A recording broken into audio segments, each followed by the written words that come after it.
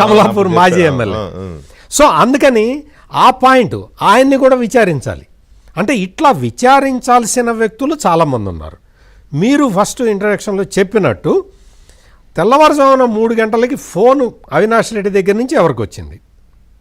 భారతి అవినాష్ రెడ్డి దగ్గర నుంచి వచ్చిందా, ఇంకెవరి దగ్గర నుంచి వచ్చిందా? అది ఒక పాయింట్. ఎగ్జాక్ట్లీ రిసీవ్ చేసుకున్నది ఎవరు? భారతిరెడ్డి గారా ఇంకెవరు అన్నా ఇంట్లో? ఎగ్జాక్ట్లీ.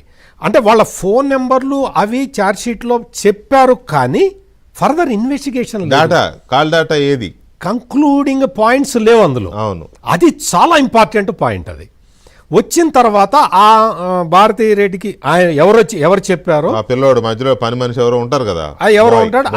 అది నేను అనుకోవటం ఈయన నా సెక్రటరీ అవుతాం ఎవరో ఉంటాడు, ఎవరో ఒక అబ్బాయి ఉన్నాడు, అతను కిందకు వచ్చి అన్నారు. సో అతన్ని విచారించాలి. అతన్ని విచారించారో లేదో మనకి లేదు, అది తెలియదు.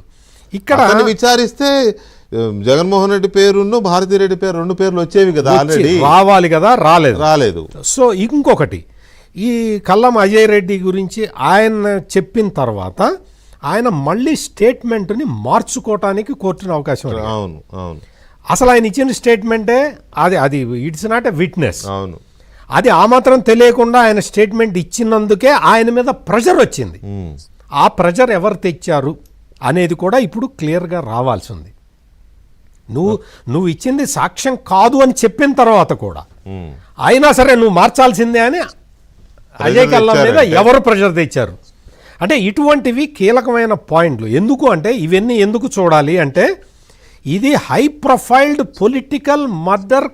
పొలిటికల్ కాన్స్పరసీతో జరిగిన మర్డర్ అని సుప్రీంకోర్టే డైరెక్ట్గా వ్యాఖ్యానించిన బ్యాక్గ్రౌండ్ ఉంది కాబట్టి, హై ప్రొఫైల్ పొలిటికల్ కాన్స్పరసీతో జరిగిన మర్డర్ కాబట్టి ఈ చిన్న చిన్న విషయాలు అంటే ఇవి మనకి ఇప్పటికి కేసు కంక్లూజన్కి రాలేదు కాబట్టి చిన్న విషయాలుగా ఉన్నాయి.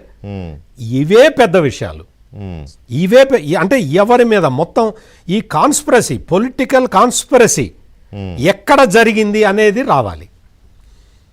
వైఎస్ షర్మిల ఇచ్చిన అఫిడవిట్లో ఇది రాజకీయం, సీటు గురించి వాటి గురించి ఆమె కొంచెం ప్రస్తావించింది. మరి దానికి లాజికల్ కంక్లూజన్ రావాలి కదా. అవును, వైఎస్ షర్మిల చెప్పిన ఆమె ఇచ్చిన అఫిడవిట్కి లాజికల్ కంక్లూజన్ రావాలి. ప్లస్ ఇంకోటి, ఇప్పుడు కేసులు క్వాష్ చేశారు.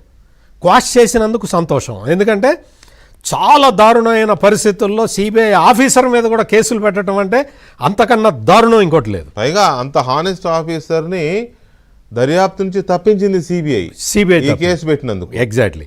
అది అంత మరి ఆ కేసులు పెట్టింది ఎవరు, పెట్టించింది ఎవరు, పెట్టమని చెప్పింది ఎవరు, ఆదేశాలు ఇచ్చి పోలీసులకి. ఎగ్జాక్ట్లీ. ఆ టైంలో ఉన్న కడప ఎస్పీకి ఎవరు చెప్పారు అనేది తేల్చకుండా అంటే కేసులు ఇప్పుడు క్వాష్ చేశారు, సంతోషం, అంతవరకు సంతోషం. అంటే వీళ్ళు విక్టిమ్సే సఫర్ అయ్యే పరిస్థితి నుంచి బయటకు వచ్చాం, కానీ అసలు ఈ పని చేసింది ఎవరనేది కూడా తేలాలి కదా. ఇక్కడ కీలకమైన విషయం ఏంటంటే మీరు అన్నది వ్యాలిడ్ పాయింట్.